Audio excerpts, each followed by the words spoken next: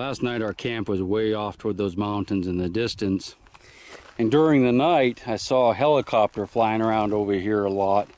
And you know, kind of figured they were probably chasing somebody. And sure enough, there's fresh four-wheeler tracks just across this path right here.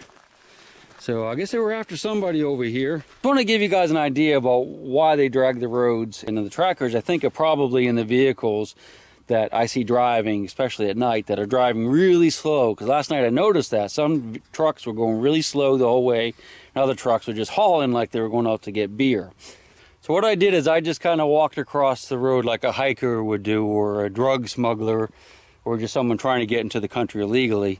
I'll show you what it looks like and how it's almost impossible to hide the fact that you did that.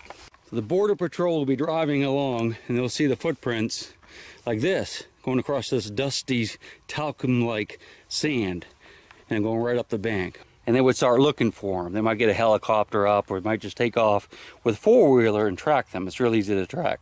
So the goal for the Mexicans and the people trying to get in the country illegally is to get across this road without leaving any tracks, which is really, really hard to do because, as you can tell, it's fairly wide and you can't really cover your tracks, so to speak. You know, you see in the movies where they take the twigs and they kind of smooth them out. I'm going to show you what that looks like. And they'll even go so far as like to try to take carpet and drag it across the road. I'm just going to grab some of this grass right here and we'll try to smooth these out.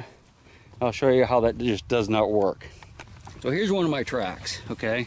So even if you took the grass and you walk backwards and you were really careful and try to smooth it out like that, and if you had a piece of carpet or something, you could probably do a better job. And you go to the next one and the next one, and of course if you had a bunch of women and children, it'd be even harder to do. But they can tell that the tire tracks have been disturbed, and when they drag it and it's like talcum smooth, the road will actually be smoother than this, and there's really no way to hide the tracks. So driving along here, you'll notice that the banks are really high on that side. And that's because this road is eroded down over the years from vehicles driving on it, and you know, the floods and flash floods. And so we're headed to the distant mountains over there. And as you can see, a lot of this is just one lane with pullouts every now and then. So what I'm actually doing is I'm looking out way ahead of me for rising plumes of dust, which signals another vehicle coming my way. When I see that, I'll start looking for places to pull over as we get closer. Because you really don't want to drive up into the desert there for a number of reasons. One, it's illegal. Two, it's loaded with cactuses like that, which will puncture your tires. And there's an agent's truck there. There's no dust behind it, but we can see him at least. That's what they, where I call a dog box. That little box on the back is where he keeps the people they catch. They throw them in the back of that box right there and haul them away. Like dogs. That's why there wasn't any big plume of dust, because he's driving really slow looking for tracks. When we see an on-tracker come by, I'll show you the plume of dust. You can see it about 10 miles away normally. I wanted to pull over and show you this tree right here, and it kind of has a neat little story behind it. And it pulled over into the wash right there and I almost got stuck. I had to put it, lock in the hubs and put it in four-wheel drive to get out of that stuff. So you got to be careful out here. What I wanted to show you about this tree is its relationship to this tree right here. This big tree, this tree here is called a nurse tree. What happens is these saguaro cactuses, or cacti, they'll start and they'll sprout and grow underneath an old tree like this is called a nurse tree and survive. Because when they're small, apparently a lot of things eat them when they're little. And they can hide under the nurse tree. Plus, the nurse tree drops all these branches and stuff, which adds nutrients to the soil, which helps, you know, allows it to grow as well. So that's called a nurse tree. And a saguaro cactus that's not very happy because it's hitting the branches of its mama. I just wanted to share that with you. And we're going to look at this other bush bloom, and I can hear the bees buzzing like crazy over here, the honeybees. I guess that's a Palo Verde. But look at all the blooms, beautiful. You can see honeybees. There are honeybees all over it. There you go, little buddy. And of course, they primarily get their water from, I guess, the watering troughs, and probably the tanks too that we're going to go visit. You see lots of little critters have been walking in the sand here. Don't see any humans. Well, there's a few humans right here, but they don't go very far. If you look here, there's a little trail. Probably some type of rat or something goes up through there. And in the sand, that's black sand. So there could be gold up in them dar hills. That's probably coyote poo. Let's see what Mr. Coyote's been eating. Anything good? I see a lot of seeds in there, a little bit of fur. So he's definitely been eating something good, at least to him. Let's go ahead and we'll follow this up a little way, see if we can find the source of the black sand. It might be like a bunch of quartz with gold nuggets sticking out of it. Archaeologists have torn apart some ancient rat nests in the mountains right over there. They think they're about 10,000 years old. And they could tell by the kinds of seeds and whatnot that the rats had drug in that these mountains were actually had trees and stuff on, like real trees. They weren't just barren like they are today. So about 10,000 years ago, I mean, this could have been a virtual oasis, or close to it anyway. It sure is dry now, but I love it. It's really hard to heat your coffee water when you're on a road like this. Stay in there, you! The sand's starting to get really thick in here, so I had to drop it down to the 4-wheel drive, but it's a beautiful area we're coming to.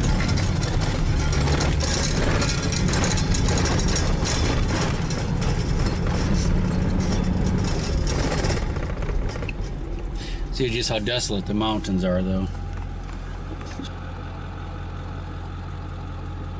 It's almost like a mine up there. I'll have to scan it with the binoculars. We're getting close to the Tule tank and well, so I'll keep the camera off for a little bit. You're probably tired of me driving and talking. I'm tired of driving already. I figured I'd just pull over here for a few minutes and show you one of these drags that I was talking about. Basically, they just have a bunch of tires and they hook us up to the back of a pickup and drive down the road. And that makes it very, very smooth, just like right in here. And if you can see where some animal kind of walks across that already, but if a person walks across it, you can clearly see that they walked across it, and you can't hide it. There's some probably coyote tracks there too. Instead of saying like illegal aliens and drug smugglers and trying to come up with whatever word I can't remember, I'm just going to call them bad hombres from now on. So when the bad hombre crosses, you can see his track behind one of those drags. So we made it to Tule Well, and we're going to hang out here, have some lunch. The tank itself, which is a natural catch basin, should be about another 1.7 miles up the road. And that's what we want to see. But we'll just check this out real quick. That's the windmill thingy that pumps up the water for that tank right there. And here's a sign that tells us that we're 49 miles from the highway, that direction. That's where we're headed, because that's where the high tanks are, the Teneas Altas, and those are the really cool ones that, if this one was dry, Tule, just up the road, and that one was dry, you died. And the mesa out in front of where the high tanks are is called like the Mesa of the Dead or something like that. And that's because that when travelers would get that far, if they were both these tanks were out of water, they died, and there were skeletons all over the place. And that's where I hope to camp tonight. See if there's any ghosts out there. I suppose that's some type of monument, so we're gonna take a quick hike and see what that is. But first, we're just gonna take it easy here and maybe have a sandwich and see what's going on here. I think you can actually sleep in here if you wanted to. Hopefully there's no humans in there. Humans? Oh, this is cool. This is kind of a neat little shelter, isn't it? That's the that's a fireplace, I guess. It must be of some sort of Mexican design. Tu madre no viva aquí. Oh, a little check-in book. We can check in. We'll do that. Just chill. It's actually much, much cooler in here. I like it. Maybe we should move here. We probably stay here for 14 days. Typically, the regulations are that you can camp on a public land like this for 14 days without moving. And as long as you move a little bit, you can stay there for 14 days, and then you can move back for another 14 days. So you basically can only stay in one place for 2 weeks. They don't want you living there year round, so you can stay in here for 2 weeks. Why not? Probably be pretty cool at night. I was reading one of the little books I have on this area, and it says there's an old adobe ruin somewhere right here where the original wells were dug. So we're going to climb up on the hill and look at that monument and see what that's all about, behind, you know, up there behind me. Maybe we can see the ruins. I see something over there that might be them. But there's an interesting story about those wells I'm going to tell you if we find them. I just picked up this can to look at it, and you can see that it has a, it's really, well, it's kind of hard to see, but right in the center of it has solder. So this is a soldered can that is really old. Now it doesn't have a soldered seam, so it's not the first of the soldered cans, but that's how they sealed it. So this probably dates to 1880s, a little bit later than that, but not much later than that. Yeah, I'm not sure what this is all about. Cabeza Prieta Game Refuge, dedicated March 23rd, 1941. That's kind of neat.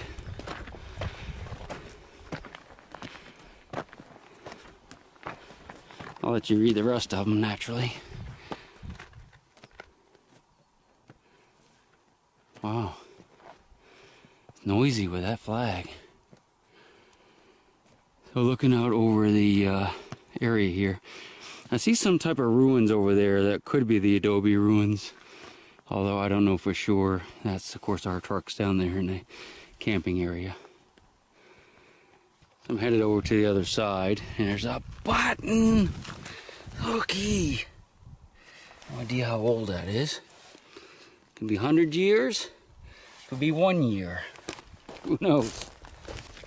So might as well show you this because they went ooh when I saw it.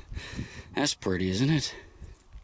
So this area right here is pretty interesting. I don't think it's the ruins of the adobe building, but there's some really old glass and iron and stuff here. This is like a little can of some sort. I suspect that's fairly old, but if you look up in here, there's fairly old glass. I mean, for this area, this is probably really old. Right here. So what we need to do is find the gold ore that the miners dropped. See, there's more of it right here and some broken glass. I'm standing here next to this big tank, and listen to the water gurgling through there. Listen. Shh.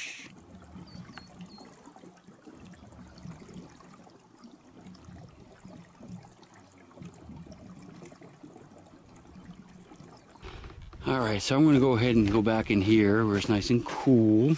Okay, so I'm going to tell you a little bit about the wells that were here, and I'm going to read out of this little book that we picked out. It doesn't have a lot of information as to where things are, but it has some pretty good stories. This is a little blurb in this book. It was written by a guy that was passing through here in 1915. Now these wells were hand dug in the late 1890s, okay? They're only like 35 feet deep. But this guy says this, and I quote, "We camped at the abandoned Tule Well. The water was both brackish and offensive, but facing thirst on the desert, one can't be squeamish. Several months later, a friend who had been over that route on a survey asked, 'How did you like the Tule Well water?'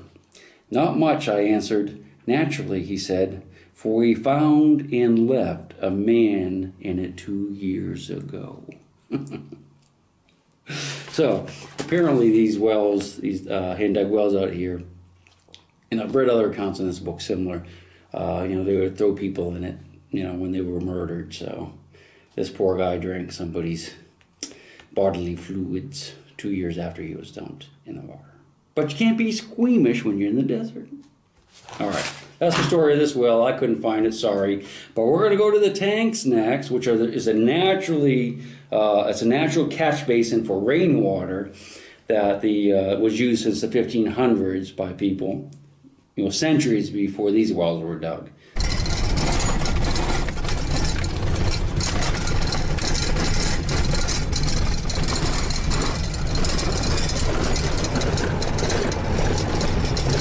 I just stopped here to look at this barrel cactus that's in bloom. It's quite pretty. One thing that's kind of weird about the desert, this part of the desert anyway, just so extremely quiet. It's almost like you're going crazy. I don't have very far to go to do that. As you can see, it's a very desolate and dry canyon. So hopefully they have water. This is our first chance of survival. If they don't have water here, we can press on to the high tanks. And if they don't have water there, we die.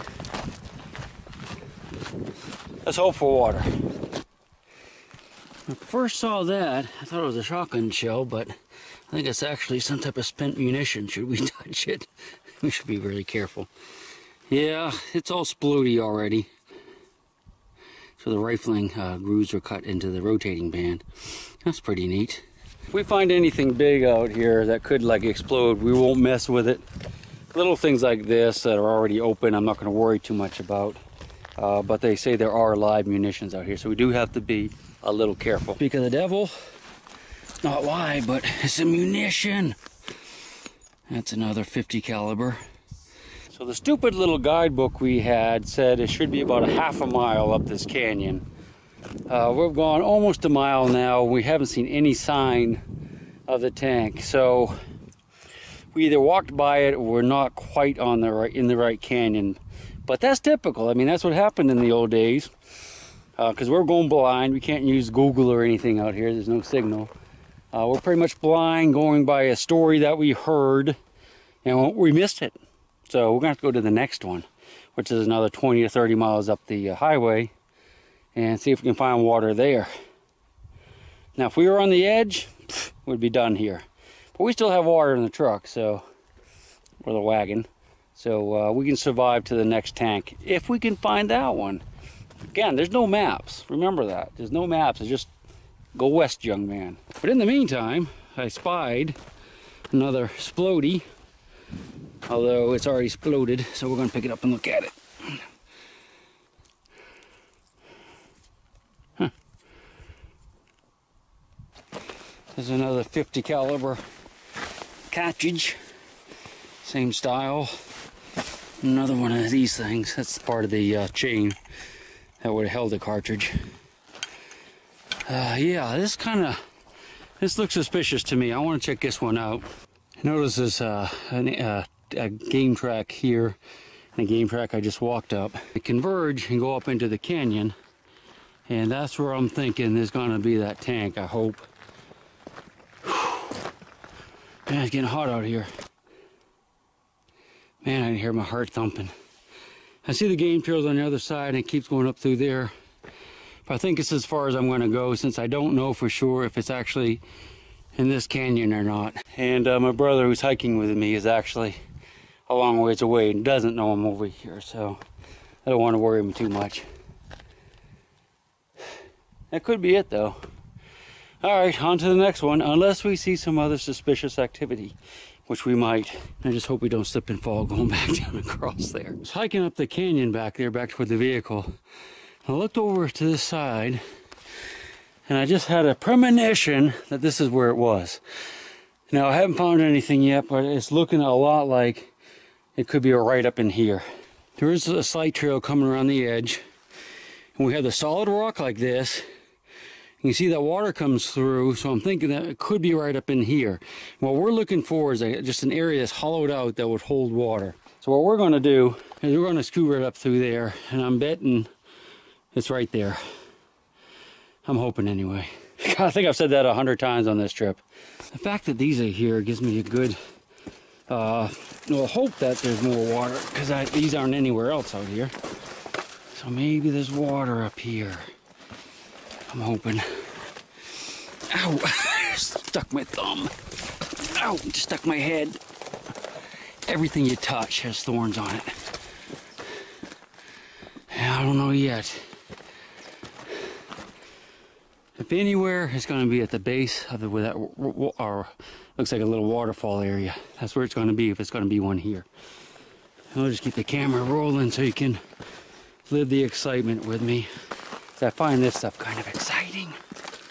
You never know. It's a narrow little canyon. One of the old accounts said it was a very narrow canyon, so this might be it.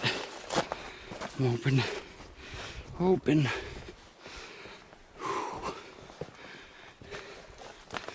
So far, so good.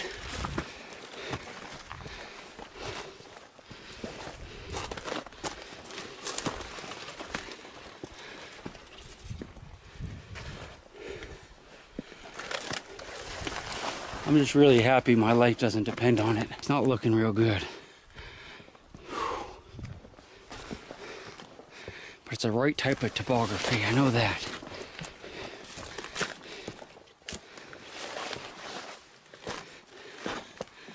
No, I'm not here. We're up and over the top. We're getting close to the top, so we're running out of places it can be. Almost. That's the kind of hole right there. You can see the stain around it. That's where water would lay in it for a good while. So we're on the right track, but we're still dying of thirst. Alright. I'm feeling better about it now. We have to have this solid rock like that. There's not too many places I've seen it out here. Lots of animal tracks. Breathing like a freight train. Hope we don't meet any bad hombres up here. We're by ourselves, that's for sure. My brother went back a different route, I think. I hollered for him, but I don't think he heard me. So I just kept going. Alright. We'll talk to you in a few minutes when I get to the top where we hit water. Well, if this isn't actually it, which I have no idea, because I've never been here nor seen a picture, we could probably get some water out of this one. You can see there's lots of animal tracks going down and into here. Water! We lived! Look at that, see the honeybees? There's honeybees and water. So we lived another day. Now that's not enough for our horses and mules. So we may lose them before we get to the high tanks. But we have water for our canteens and our family for another day. Let's keep going and see if we can find some for the mules and the horses. So there's the tank with the honeybees. Could be another one right there. But we're gonna wander on up through here to the end. I think we can just pop over the other side right to our truck. I'm just hoping it's not a vertical cliff and we have to go all the way back the way we came. And I don't see anything over there. Yeah, I'm gonna go look. You can come with me, just in case I don't make it. Nope. I saw that dark line right there and I thought it might be water seeping out of the rock, but I think it's just where the leaves and stuff have fallen. But that was our honey hole right there. That's a big canyon that we climbed up when we were first looking for it. And we're gonna go up here just a little further. So I more or less made it to the top. And I can look down over the road in the valley we walked up, and I can't quite see my truck, but I know where it is. This is the valley we walked up right here. I don't see my brother along it, but he's probably down there somewhere. The truck is parked right behind these big rocks. And those mountains on the horizon there, that's Mexico. And the border is about halfway across. Now, we could get down right here, I'm pretty sure. In fact, we just might go down this way. And when I get down to some shade, I'm gonna sit down and tell you a survival trick or hack for you kids that might save your life sometime, and it involves water and honeybees. All right, down we go. This looks like a little piece of airplane, or something I just picked up. I'm guessing it's an airplane. I don't know how else this would have gotten up in here. Hopefully, we won't find like a wreck of an airplane, although wouldn't that be cool to find like one of the lost squadrons from World War II? You know, it could be out here in this mountain somewhere. Maybe we're getting close. We'll keep our eyes open.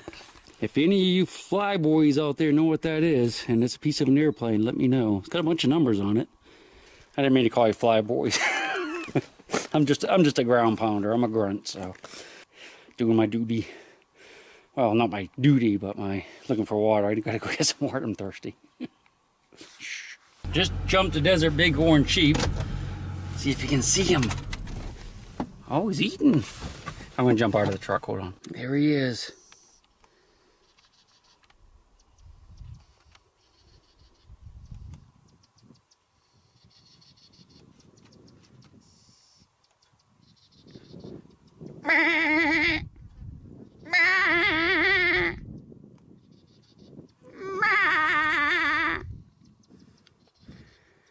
said, what the heck is that?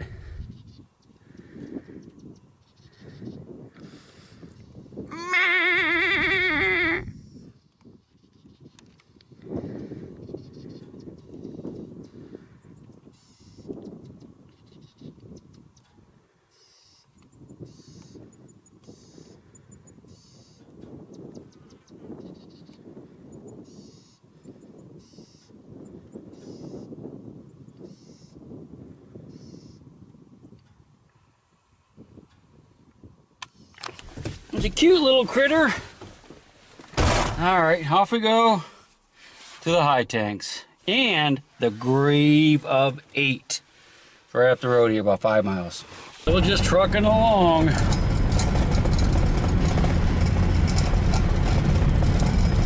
So we're out in the middle of nowhere on this road where the speed limit is 25 and someone ran over a jackrabbit. So I'm going to show this little creature to you, and it's dead. I mean, it's not gross, but it's dead. So 10 seconds, cover your eyes if you want to see a dead jackrabbit. But I want the people, especially in Europe, to see what they look like, because they look like they're hares. So that's a dead jackrabbit, and you can see he has the great big ears like that. I'm not going to touch him. He's got great big ears and a long tail, and they're really fast. And that one's, unfortunately, he's really dead. Okay, you can come back now. I just wanted you to see what a jackrabbit looks like up close. I think it's important, even though he's dead. I'm sorry. Chig rig's a little dusty, although I have it pretty much sealed up inside, so the dust isn't getting in anymore. Last time I came out here, I had like 3 inches of dust over everything. It was horrible. Oh well. I just had to drop the truck back into 4-wheel drive because it's getting really sandy. And the sand just kind of grabs you and wants to hold you tight. If you don't have a 4-wheel drive vehicle, you can't really do this road. Mostly because of the sand, not so much because of the, you know, the bumps, but not quite as sandy here as it was back a minute ago, but we'll hit patches of it.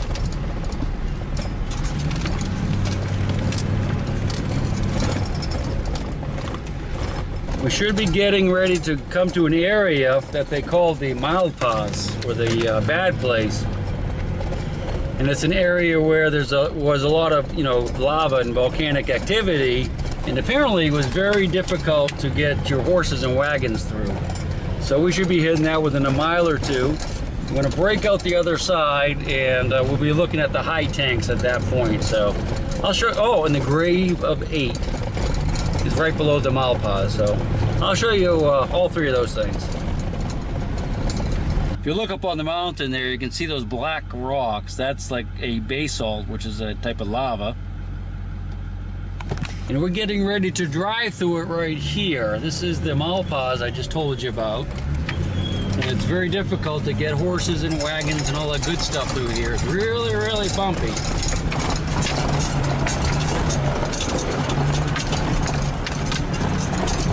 You can see how thick the rocks are getting.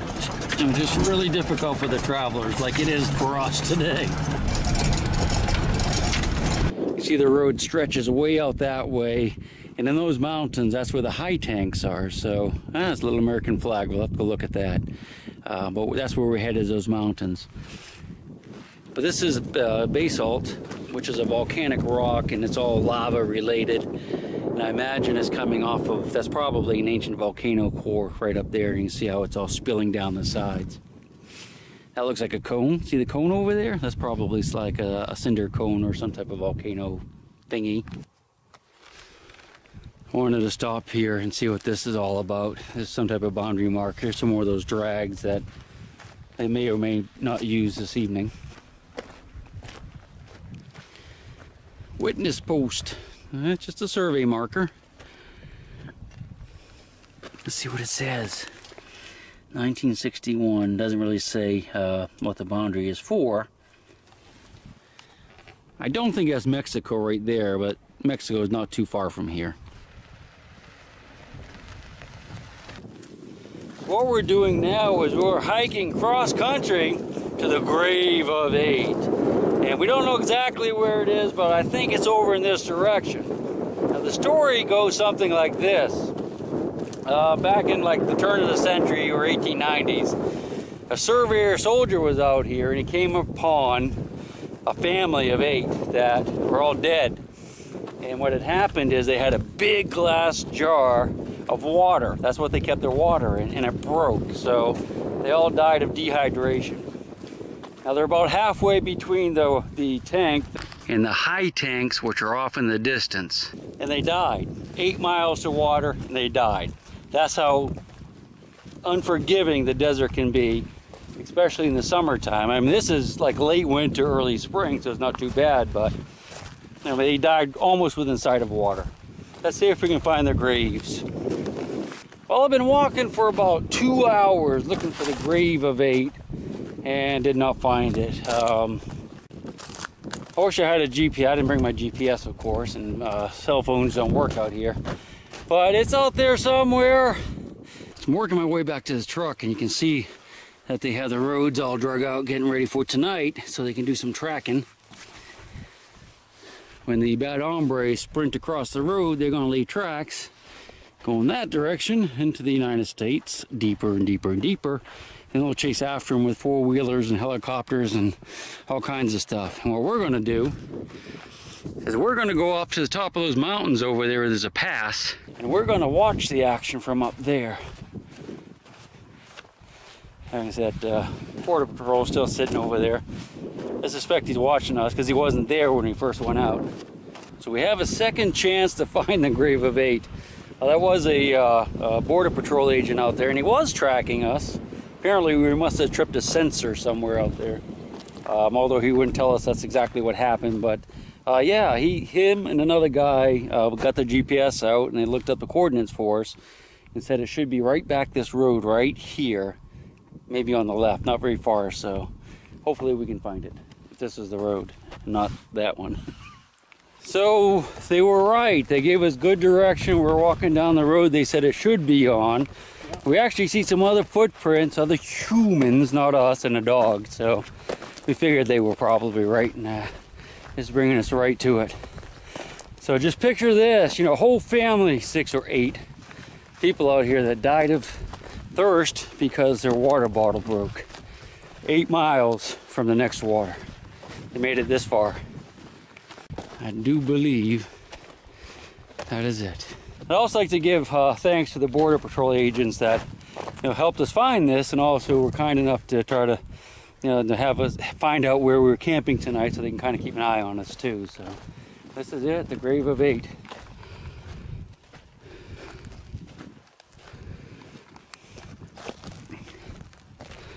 There obviously isn't any type of headstone or anything. There's an 8 here, and supposedly they were buried right here. The other tank, the water hole, is 8 miles that way, and the big water hole, the high tanks, are 8 miles that way. Halfway in between, boom, die of thirst. That's the way it is out here. I mean, this time of year is not bad. I mean, I probably drank 3-4 gallons of water today. But can you imagine if you're trying to cross this in the summertime when it's 100, 120 degrees? I mean, you wouldn't last any time at all without water.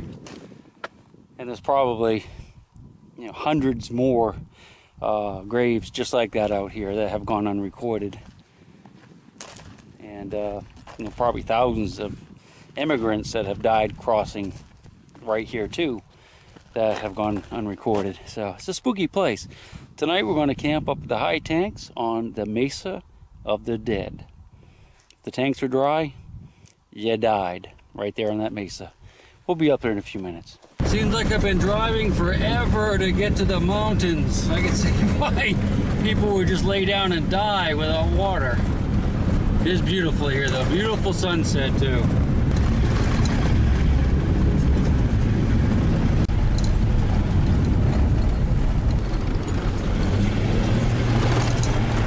Watching us, that's probably why that guy got the call. That are their Border Patrol agent. They probably have some type of sensor, weird thingies on those poles. Hope they weren't radar because they're going a little fast. I don't see any blue lights yet.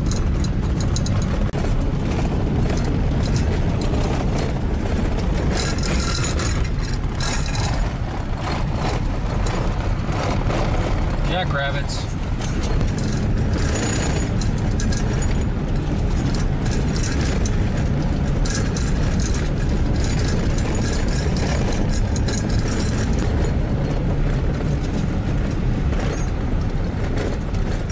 So this has to end the video for today. I hauled up the road and we got here and it's kind of almost too late for the sunset.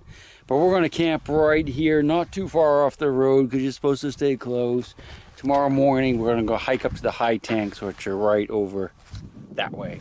But I wanted to show you this road drag. You know those little tires I was showing you earlier? Check these bad boys out. I had to go in the night light because there wasn't enough light to show you. But look at the size of these things. Look at my foot. It's tiny. It's a little midget foot compared to those tires. They probably weigh 1,000 pounds a piece. There's the cable right there, and they just drag that down the road. And they look in the morning with the footprints of the bad hombres. Hopefully they won't come after us tonight. We'll see you in the morning bright and early, and we're going to head up the hill to the high tanks where we'll have water to survive our journey, I hope. We'll see you then. Got a little bit. I'm really sore and tired and ready to relax.